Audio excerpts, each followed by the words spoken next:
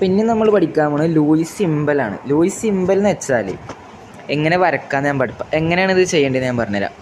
Okay, അപ്പോൾ ഒരു A എന്ന് പറഞ്ഞ ആറ്റം ഉണ്ട് എന്ന് കരുതാം. എ എന്ന് പറഞ്ഞ ആറ്റട്ടാ. എ എന്ന് പറഞ്ഞ ആറ്റത്തിലുള്ള വാലൻസ് ഇലക്ട്രോൺസ് എത്ര ഉണ്ടെന്ന് വെച്ചാൽ ഒരു 6 ഉണ്ട് എന്ന് തന്നെ കരുതാം.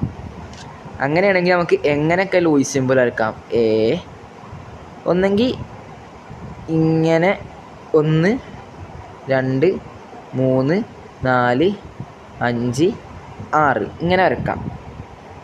അല്ലെങ്കിൽ നമുക്ക് ഡോട്ട് ഇട്ട് കൊടുക്കാം.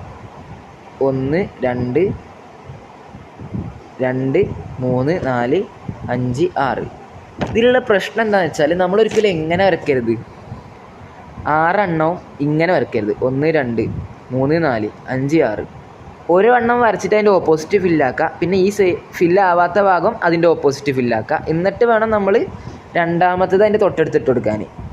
ഓക്കെ, അല്ലാതെ 2 എണ്ണം പെട്ടെന്ന് തന്നെ എഴുതിയിട്ട് അടുപ്പിച്ചിട്ട് ഇങ്ങനെ ഇട്ട് കൊടുക്കരുത്, അത് തെറ്റാണ്. ഓക്കെ അല്ലേ? അപ്പോൾ നമുക്കിതിൻ്റെ 2 എക്സാമ്പിൾസും കൂടെ നോക്കാം.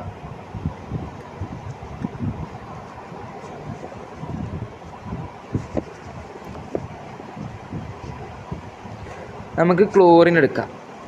നമുക്കറിയാം ക്ലോറിൻ്റെ വാലൻസ് ഇലക്ട്രോൺ 7 ആണല്ലോ.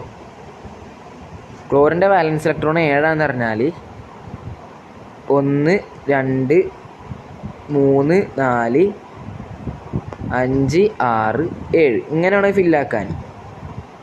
ഓക്കെ അല്ലേ? അതുപോലെ നൈട്രജൻ്റെ വാലൻസ് ഇലക്ട്രോൺ എടുക്കുകയാണെങ്കിൽ 5.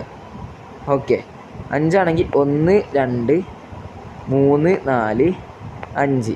ഇത് കണ്ടോന്ന് നിങ്ങൾ കണ്ടോന്ന് എനിക്കറിയില്ല. ഞാൻ ഒന്നും കൂടി നൈട്രജൻ വരച്ച് കാണിച്ചു തരാം. നൈട്രജൻ്റെ സിമ്പൽ ഇങ്ങനെയാണ്.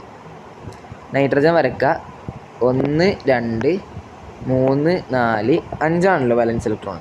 അപ്പോൾ ഒന്നും കൂടി ഇട്ട് കൊടുത്താൽ മതി, ഫില്ലായി. ഓക്കെ അല്ലേ?